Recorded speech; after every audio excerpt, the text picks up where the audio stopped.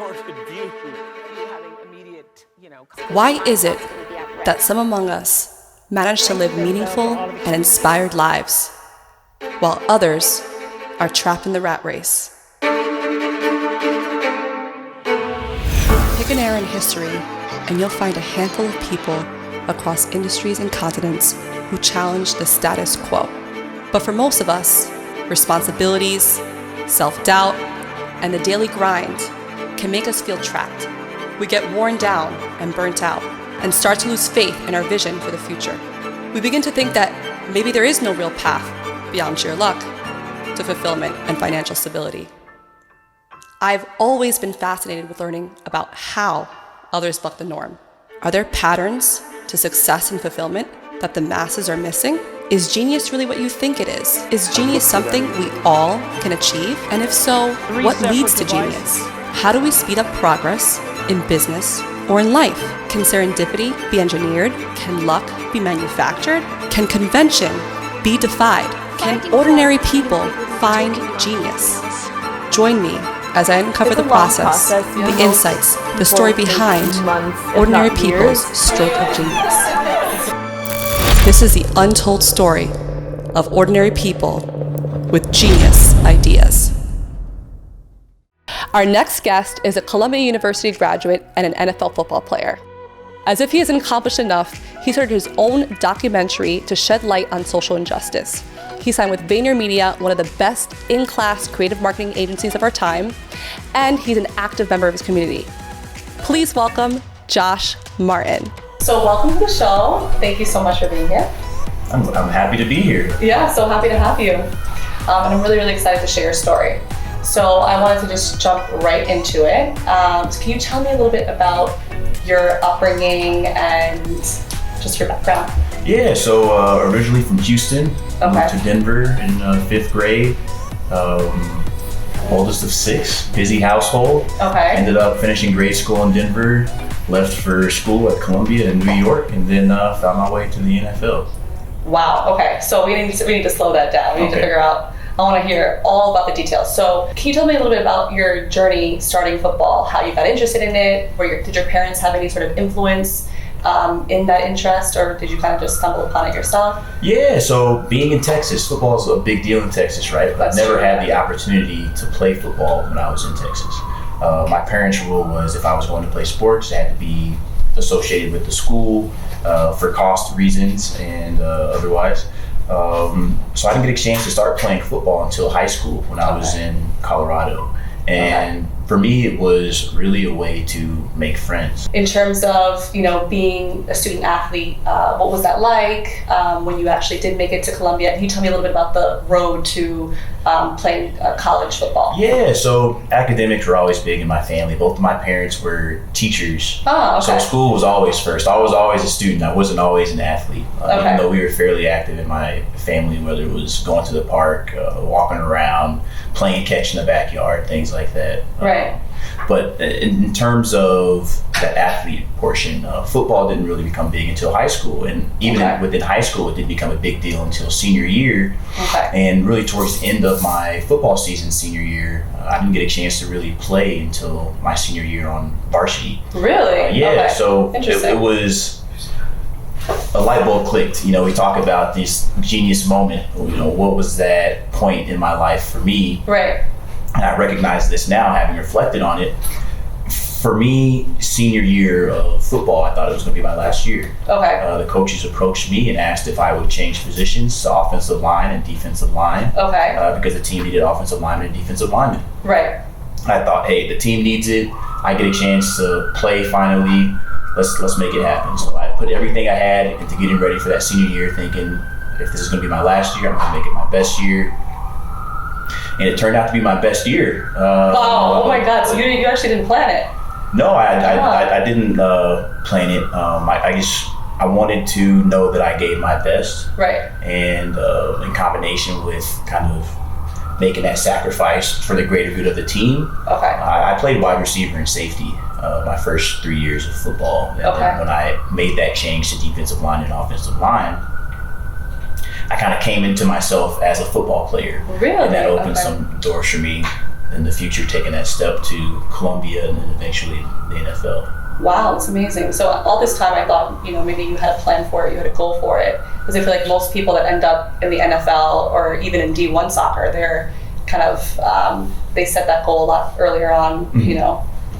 In high school or even, in grade school. Yeah. So, I mean, you go to a school like Columbia, you don't go there for football. You have to think bigger picture. I had an academic background. My parents were teachers, and they instilled in me the power and the value of education and knowledge. Right. So that's kind of what I was taking that step for. I see. Yeah. Okay. So for you, the goal was really Columbia, not necessarily the D1 sports. Is that it? Or? Yeah. Well, the goal was to get into a good school. Gotcha. Okay. Football was fun for me. It was high school. We weren't getting paid yet. Right. It was a way to hang out with the guys and challenge myself and to stay in shape and active and involved in high school.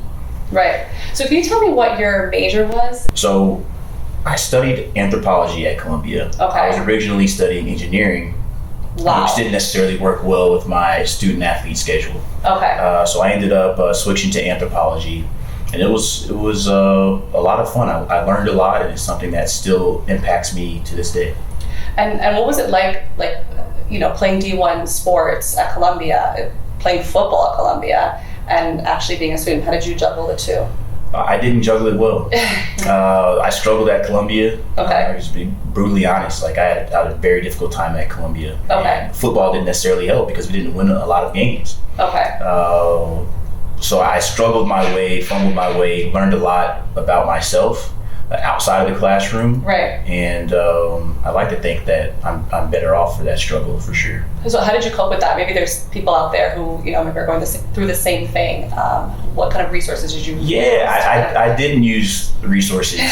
So if there's one thing that I can recommend to other people is that use your resources. Right. As much as I'm big on team and working together, I think it's important to be able to rely on your life's teammates, right, and the resources that you have available to you during tough times. Right. So tell me a little bit more about the transition between, being an engineering major and then transitioning to anthropology.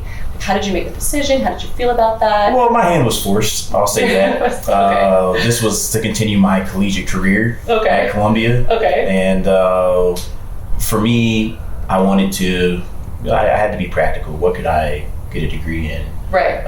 Enough credits for a concentration or a major. Right. And anthropology was one of those degrees. Right. But I also could have chosen sociology or psychology, any of the liberal arts really. But what stuck out to me for anthropology is learning about other people and learning about other people for the context of really figuring out where I belong as an individual. Okay. And kind of finding my place in the world. So that's kind of how I approached it. Gotcha. Yeah. Okay. Now, tell me a little bit more about the transition between, being a D1 athlete and then making it to the NFL. What was that like?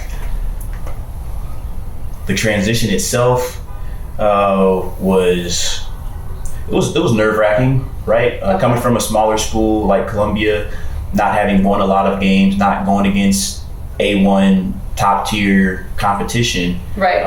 It's definitely more of a mental thing. Right? When you can see that you're putting up the same numbers on bench press or in the 40-yard dash as some of these guys that were invited to the combine or that were drafted, you think to yourself, hey, I at least have the numbers. I have the physical attributes to make it. It's just a matter of wrapping your mind around the fact and feeling that you belong.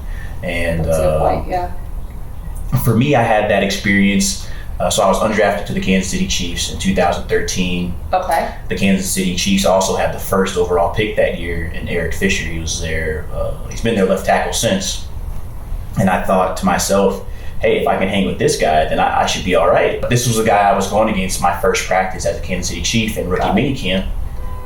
And I was holding my own. And I was, from that point on, I was like, obviously he was a rookie at the time, and so was I. Right. He was the first overall pick, and if I could hang with the first overall pick day one, then I started to feel pretty good about my chances. All right, so I played my 4 years at Columbia. Freshman year, actually was hurt. I dislocated my knee Oh no. Didn't require surgery until a couple years later. Okay. But was hurt, missed that season. Started sophomore year, started junior year. Ivy League games or seasons only last 10 games for football. Okay. So you only have 40 games to play your entire collegiate career, as opposed to 48 that most Division I colleges. Really? I didn't know that. Okay. It's really interesting. Okay. And there's no postseason in the Ivy League, even though other sports like soccer and basketball have a postseason. Got it. Okay. So I entered junior year. At that time, we had a senior tackle who was being looked at by the NFL, so I had scouts coming to practice to see him, and I was the guy that they would, put against him to see how he handled, his technique and responsibilities. And interesting. Okay. So fast forward to senior year, the scouts are now coming to see me at practice. So I'm doing my thing, trying to, leave a good impression. Right. Fast forward into senior year, I'm searching for an agent. People are saying, hey, you have a chance, and you don't get NFL scouts at your practices if you don't have a chance. Right. So my thought was, I think I have a legitimate shot at this. Let's find someone to represent me. Okay. We found an agent. There was a former Columbia alum who was also from Colorado, so we had those ties. Oh, wow. Okay. Did this whole training process in the off season, getting ready for the pro days, as opposed to the combine, which I think a couple hundred players are invited to officially try out for the NFL, essentially. Okay. And they go through the different tests like the bench press, the 40-yard dash, the broad jump. This is the combine jump. Versus the pro day? Yes, this is the combine. Okay. Most of the exercises are very similar. They're about the same, but it's just the scale, and the combine is an official NFL event as opposed to something put on by your school. I see. So I went to the pro day at Columbia, but before that I went to the pro day at Rutgers University. So that was the year Rutgers had some obscene amount of numbers drafted. Really? So they had all 32 teams in attendance. Okay. And the only way I was able to get in was because a former coach that I had at Columbia was now coaching at Rutgers and kind of pulled some strings, which was extremely beneficial because all 32 teams were represented. Rutgers had a lot of talent coming out that year. I think they had maybe 9 players drafted, give or take, which is a lot for one team to have drafted. That was the most in the country, I think, that year. So wow. Yeah. Wow. So then all of a sudden now, playing pro football is on your radar, and now you have a shot. Yeah. And so I'm getting ready for this pro day, right? I'm in the pro day at Rutgers. Right. I was nervous. I had some lingering injuries, I'd say, from my college career. Right. And I wasn't sure how I would fare. And so I get into the pro day, similar situation as the Eric Fisher story. Okay. I see the other guys working out, doing their thing. I was like, I can hang with these guys. I do my thing. I ran, a decent 40, was in like the 4.6s. Right. Got 30 reps on the bench press, which is a lot. And then I had a good day. Showed up and showed out, as my mom used to say, or does say. That's and awesome. So I was happy about that, but it wasn't over. I had another chance to top those numbers at my Columbia Pro Day. Okay. And I did top those numbers at my Columbia Pro Day, so I got even better, showed my progression and getting better at the linebacker drills because I didn't play linebacker in college, and that was what I was projected to play in the NFL. And after that, it was a waiting game, which was definitely nerve-wracking, but it was one of those things where I did everything that I could do. Similarly to my experience in high school, hey, this is going to be my last year. I'm going to give it my best shot. I felt like I gave it my best shot, and it turned out my best shot was enough. Yeah. That's awesome. So for those of us who don't really know as much about the NFL as we should, I was wondering, so can you tell me a little bit more about how you navigated through, once you were on the team, once you joined the NFL, how you kind of navigated to yourself to continued success? So in other words, I know it's difficult to kind of stay on the team once you make the team. Can you explain a little bit about that and how you actually managed to do that? Yeah, well, even before that, so the draft happens, I went undrafted, which means that no one picked me, which I didn't mind. There's plenty of successful undrafted players. Right. I get a call from Andy Reid, which is pretty cool. Okay. After the draft, he's the head coach of the Kansas City Chiefs. Okay. Probably a future Hall of Fame coach, I would think. Basically saying, hey, welcome to the team. We're excited to have you. So I ended up signing with the Chiefs, and when you sign a contract, you're not on the team. Okay. You sign a contract basically to say this is how much you'll make if we decide to keep you around for the regular season, which is typically what people consider for you to have made the team when you're playing regular season games. Right.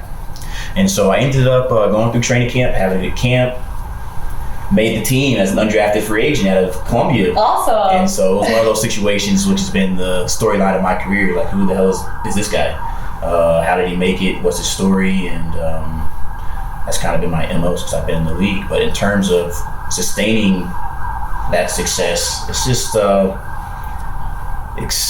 there's a certain mindset you have to have. Tomorrow is never promised. Yeah. And everything that you do impacts your success in the future.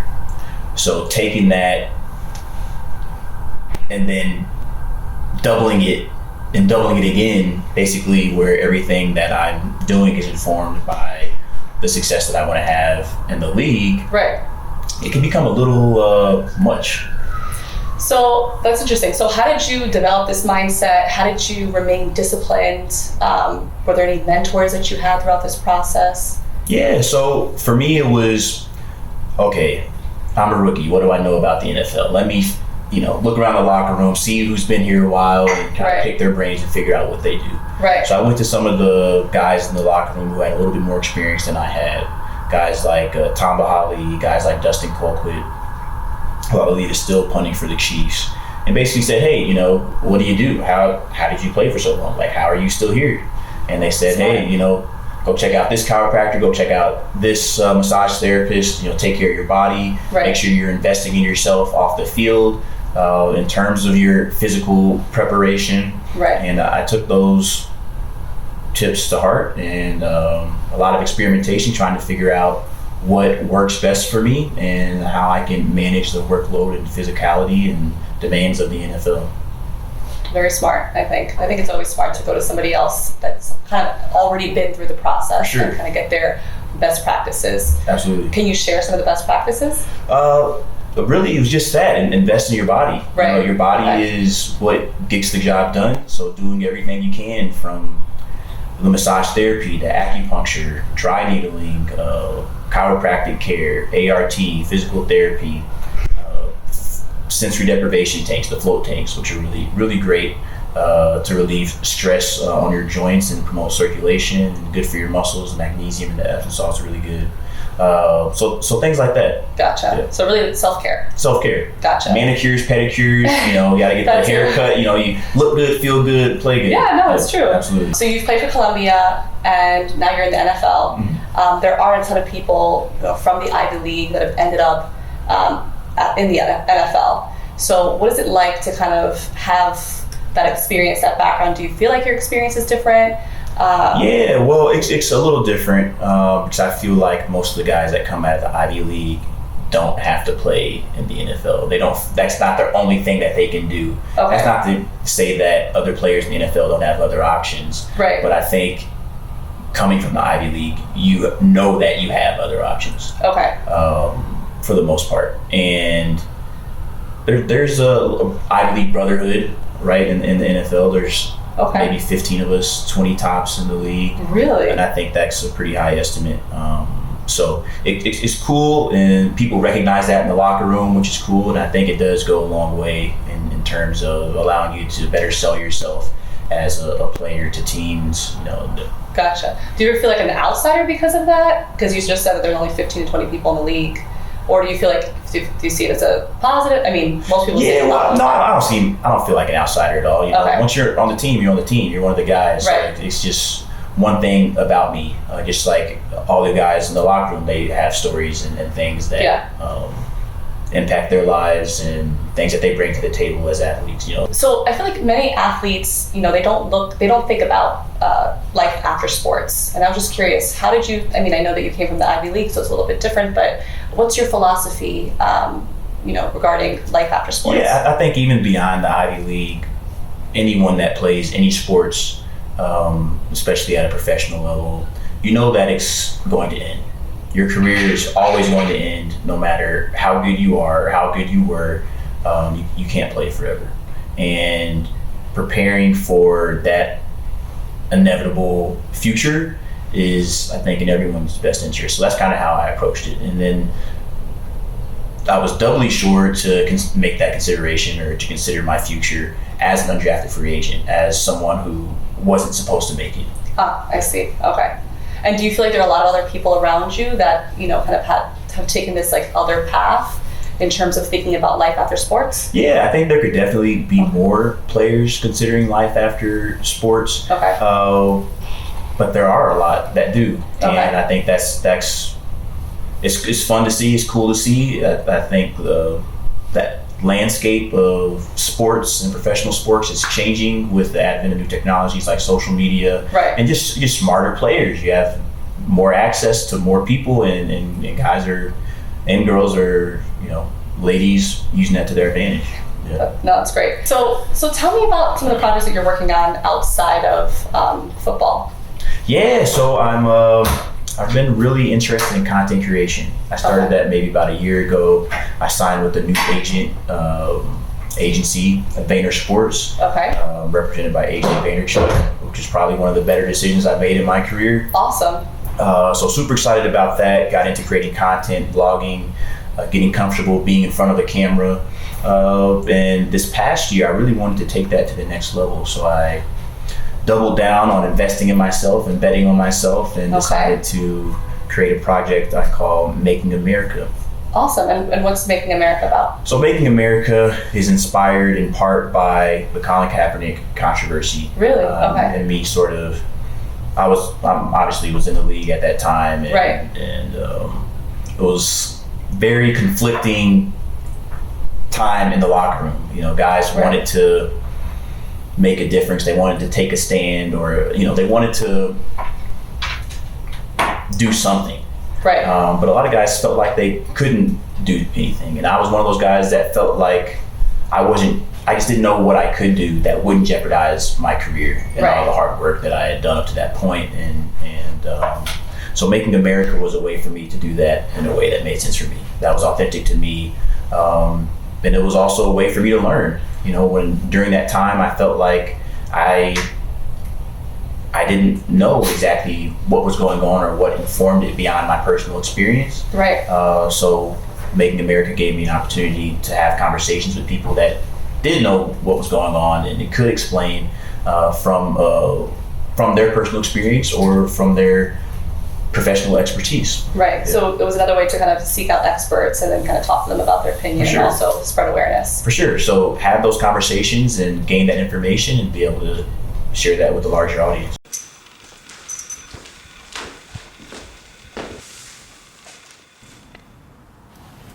Are you recording? Yep. I've been thinking. The discussions that we're having aren't getting things done. They're not constructive. We need to have conversations that matter. We're not working towards equality for all. It's just words. One nation, indivisible. Do you really believe that?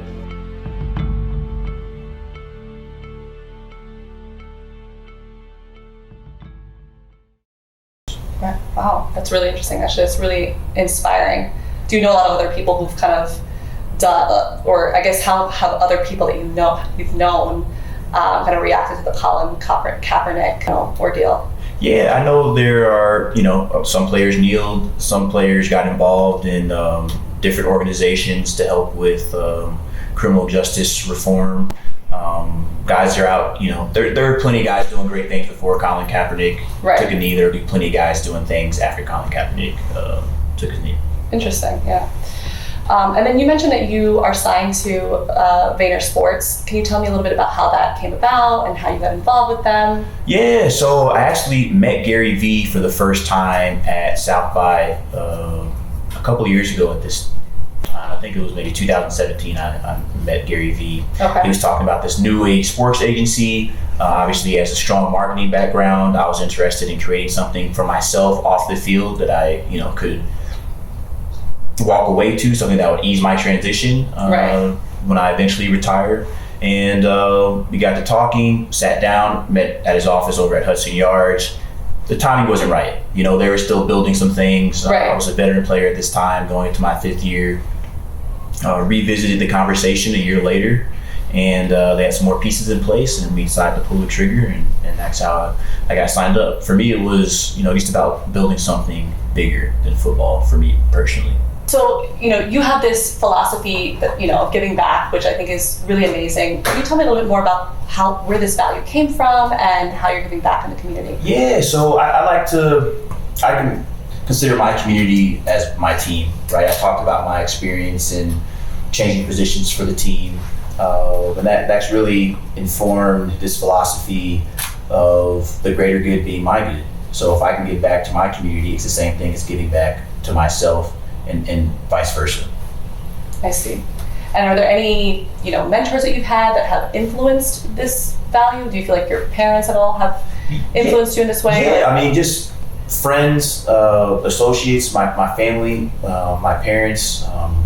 We gifted Christmases. We didn't necessarily have Christmases to gift. Okay. And seeing my parents go above and beyond their means to help others definitely impacted my desire to try to do the same. Yeah, no, that's amazing. So, and can you tell me a little bit about what you're working on nowadays? Yeah, so I'm a big fan of the arts. I love the arts. Okay. I played musical instruments in high school, so this is my life before football. I played alto sax. I started that in middle school. Okay. And then I switched to trombone after I didn't make it into the jazz band. I'll be right back. But Sierra got me this wonderful plastic trombone.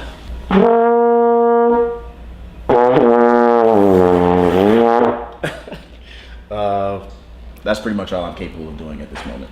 Really? Oh my God. That was a very dramatic audition. Okay.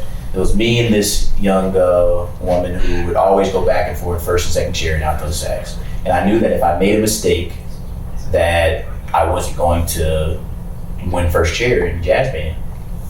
I ended up making a mistake. I misread a rest, got flustered, didn't finish the audition even though I had the opportunity to, left, and I just walked out of the audition. Oh no, how old were you at this point? I was maybe 12. Oh, okay. So, no, maybe 12, 13, yeah. Okay. And I just remember I got the opportunity to join the jazz band by switching to trombone. So instead of being the first chair alto sax, which I had lost in the audition, I became last chair trombone, which I was okay with because I never played trombone before. So right. So you actually made it. There was no expectations. Right. So I had the rusty trombone, the school rental that I jammed on in jazz band in 8th grade, and I played trombone all throughout high school. Yeah. So high school, that's when football started to take off towards senior year. Music kind of took the back burner, and I wanted to reconnect to those musical roots, and I did that by getting involved with an organization called Harlem School of the Arts. Okay. I sit on their board, help them fundraise, and that's my way of reconnecting with the arts, giving the youth the gift of the arts. Wow, so you're like super well-rounded then, because you play football, you play musical instruments, and you are super bright, so. Oh, thank you. I can't say that I play musical instruments. You played? I played musical instruments. Can you make music? If you put a sheet of music in front of me, I probably could. You have to give me a few days. Okay. I could probably play something simple. Okay. Yeah. Okay, gotcha. Good to know. And so, can you tell me a little bit more about just like challenges in your overall journey? Because I feel like what's really helpful for people to understand is how to kind of deal and push through those challenges. And I feel like... Yeah, I think probably the biggest challenge I faced in my life at that point, let me think, was probably came in college. I really struggled. I was used to excelling in school, but the reality was I had very poor study habits. Okay. And that really came back to bite me when I was at Columbia. And I really struggled facing. I struggled while I was struggling. Right? I was like, why am I struggling everything else came so easy to me. Yeah. Of course, you can piece it together. You have terrible study habits, Josh. But how long did it take you to? I mean, sometimes it's not that obvious, Well, it wasn't that obvious at the time, and I floundered and really struggled in class and tried to, I didn't have a sense of purpose. I didn't know what was I doing Columbia for. Everything that I had done up to that point was to get into a great school. Right. And I was at this great school, but I wasn't able to make the most of it because my mind wasn't right in terms of why was I there. Okay. And then how were you able to kind of shift that so that you... I poured myself into football. I didn't shift it. And I struggled my way all the way till I got my degree in anthropology. And after the fact, I learned, for me personally, that it was important to have a sense of purpose. And I'm sure a lot of people can relate to that. Otherwise, I feel lost. And that's something that I've been doing over the last year or so. It's easy to have a sense of purpose when all you can focus on is football. So I ended up devoting a lot of my life to football, if not all of my life, the last 7 years for the most part. And so I found that as much as I enjoyed football and as much as I knew that football would end someday, that probably it wasn't in my best interest to give everything. No, you have to give everything. You have to be successful, but to a point. There's, I talked about coming to work, getting better every day. What can I do to get better? It became obsessive. So it became a negative influence on my life to the point where I changed my diet because, hey, I got this blood work done. I'm allergic to blueberries. I can't eat any blueberries. So if all I had to eat were blueberries, I'd starve.